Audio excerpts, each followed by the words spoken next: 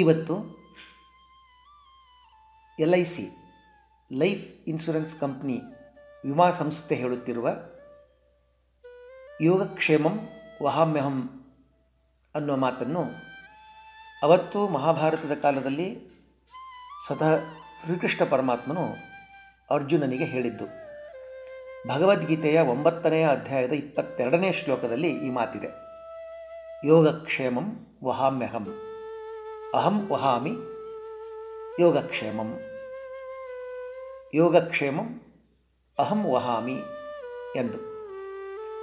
ಅನನ್ಯಾಶ್ಚಿಂತಯಂತೋ ಮಾಂ ಯೇ ಜನಾಃ ಪರ್ಯುಪಾಸತೆ ತೇಷಾಂ ನಿತ್ಯಾಭಿಯುಕ್ತಾನಾಂ ಯೋಗಕ್ಷೇಮಂ ವಹಾಮ್ಯಹಂ. ಇದು ಪೂರ್ಣ ಶ್ಲೋಕ. ಕೃಷ್ಣ ಹೇಳಿದ ಆ ಯೋಗಕ್ಷೇಮವೇ ಬೇರೆ. ಪತಂಜಲಿ ಹೇಳುವ ಯೋಗ ಮತ್ತು ಯೋಗದಿಂದಾಗುವ ಆ ಕ್ಷೇಮವೇ ಬೇರೆ. ಕೃಷ್ಣನ ಯೋಗಕ್ಷೇಮಕ್ಕೂ ಪತಂಜಲಿ ಹೇಳುವ ಯೋಗ ಮತ್ತು ಯೋಗದಿಂದಾಗುವ ಕ್ಷೇಮಕ್ಕೂ ತಿಲಮಾತ್ರವೂ ಸಂಬಂಧವಿಲ್ಲ. ಕೃಷ್ಣನ ಯೋಗಕ್ಷೇಮ ಬದುಕು ಬಾಳುವಿಗೆ ಸಂಬಂಧಿಸಿದ್ದು. ಪತಂಜಲಿಯ ಯೋಗ ಮತ್ತು ಯೋಗದಿಂದಾಗುವ ಕ್ಷೇಮ ದೇಹ ಮನಸ್ಸು ಆತ್ಮಕ್ಕೆ ಸಂಬಂಧಿಸಿದ್ದು.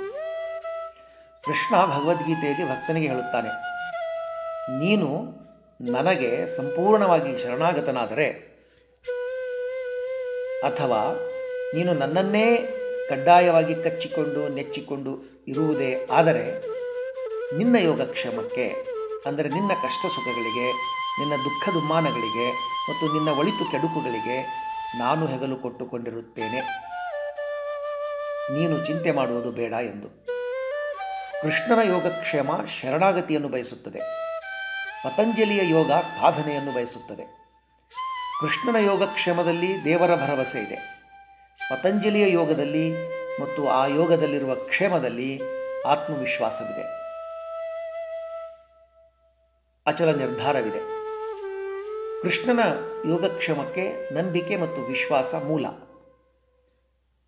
ಪತಂಜಲಿಯ ಯೋಗವು ಆತ್ಮವಿಶ್ವಾಸ ಮತ್ತು ಪ್ರಯತ್ನದ ಮೂಲ. ಕೃಷ್ಣನ ಯೋಗಕ್ಷೇಮ ಅದೃಷ್ಟ, ಅಂದರೆ ಕಾಣದೇ ಇರುವಂಥದ್ದು. ಪತಂಜಲಿಯ ಯೋಗ ಮತ್ತು ಅದರಿಂದಾಗುವ ಕ್ಷೇಮ ದೃಷ್ಟ, ಅಂದರೆ ಕಣ್ಣಿಗೆ ಕಾಣುವಂಥದ್ದು. ಕೃಷ್ಣ ಹೇಳುವ ಯೋಗಕ್ಷೇಮ ಪರಮಾತ್ಮನನ್ನು ಅವಲಂಬಿಸಿಕೊಂಡಿರಲು ಹೇಳುತ್ತದೆ. ಪತಂಜಲಿ ಹೇಳಿದ ಯೋಗ ಅಥವಾ ಅಷ್ಟಾಂಗ ಯೋಗವು ಪ್ರಯತ್ನವನ್ನು ಅವಲಂಬಿಸಿಕೊಂಡಿರಲು ಹೇಳುತ್ತದೆ. ಕೃಷ್ಣನ ಯೋಗಕ್ಷೇಮದಲ್ಲಿ ಪರಮಾತ್ಮನನ್ನು ಅನನ್ಯವಾಗಿ ನಂಬಿಕೊಂಡಿರಲೇಬೇಕು. ಪತಂಜಲಿಯ ಯೋಗದಲ್ಲಿ ಹಾಗೇನಿಲ್ಲ. ಪತಂಜಲಿಯ ಯೋಗದಲ್ಲಿ ಯೋಗದ ಕ್ಷೇಮವನ್ನು ನಾವು ನೋಡಿಕೊಂಡರೆ ನಮ್ಮ ಕ್ಷೇಮವನ್ನು ಯೋಗ ನೋಡಿಕೊಳ್ಳುತ್ತದೆ. ಕೃಷ್ಣನ ಯೋಗಕ್ಷೇಮದ ಲೆಕ್ಕಾಚಾರವೇ ಬೇರೆ, ಪತಂಜಲಿಯ ಯೋಗ ಮತ್ತು ಅದರ ಕ್ಷೇಮದ ಲೆಕ್ಕಾಚಾರವೇ ಬೇರೆ. ಅದಕ್ಕೂ ಇದಕ್ಕೂ ಏನಕ್ಕೂ ಥಳಕು ಹಾಕುವಂತಿಲ್ಲ. ಎರಡೂ ಬೇರೆ ಬೇರೆ.